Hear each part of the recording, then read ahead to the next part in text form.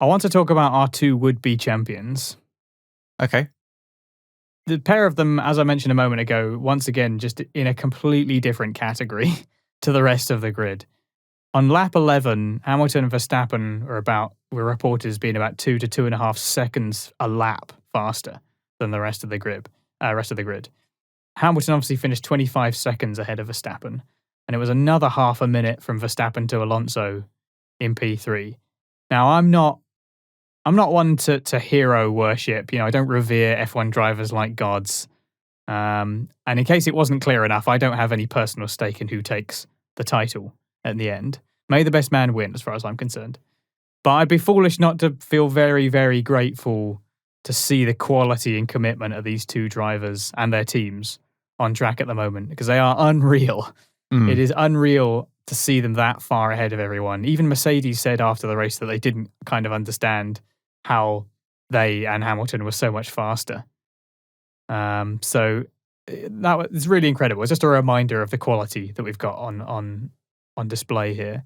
Now, later on in this podcast, I am rather predictably going to complain about the broadcasting.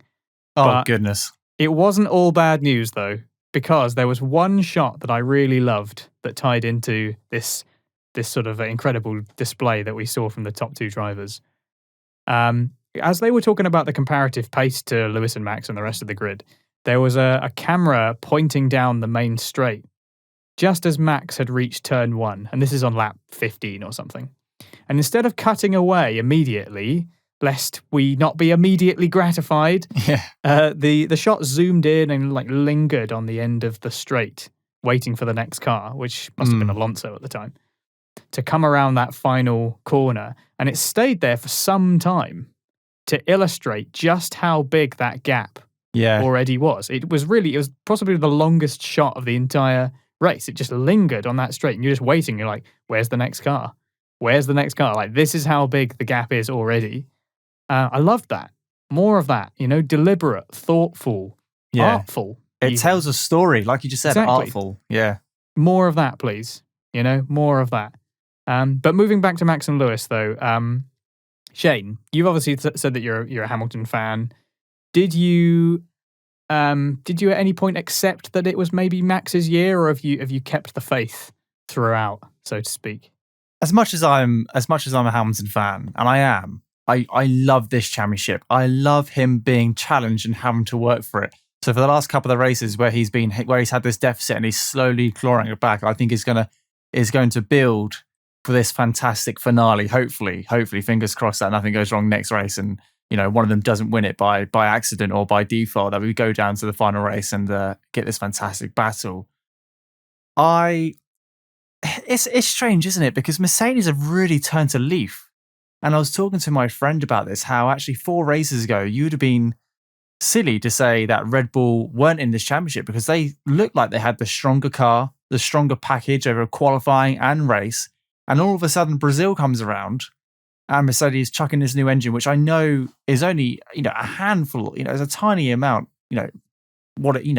it's not the be all or end all. It's an engine at the end of the day. It only gives so much power. It's what Lewis and the team are doing as well which is why Mercedes has become, the last couple of races so dominant, and that's what they have done.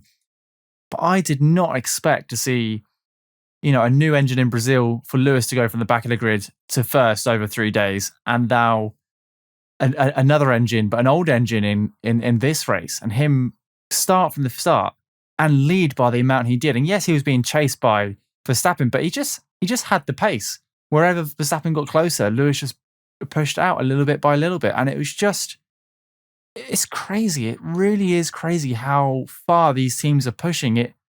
Words can't describe, like you said, what these two drivers are doing to this sport at the moment, because we have a fantastic lineup of drivers across this year. They've all excelled in their own individual ways. And we've got this brilliant midfield battle. And usually we complain about the top 2 teams driving off into the distance, but we've got 2 drivers. And like you said, by lap 15, they were 10, 15 seconds ahead, possibly more than P3. It was unbelievable. Words can't describe how fast these drivers are. And the fact that it's not just Mercedes going off into the distance with their overpowered car like we've seen, in recent years. It's one Mercedes and one Red Bull, and these cars are in a league, and these drivers are in a league of their own. It's crazy.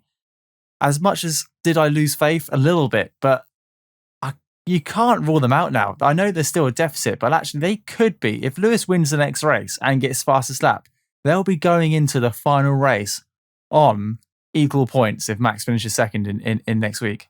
That's crazy, and I'm excited for it. Yes, I want Lewis to win the whole thing, but I tell you what, whatever way it goes, we would have had one of the best F1 seasons for as long as I can remember. I've been watching F1 since I was like 14 or 15, so over 10 years, and this has been one of the best seasons yet. Yeah, that goes without saying. It's going to be remembered as a historic championship, no doubt.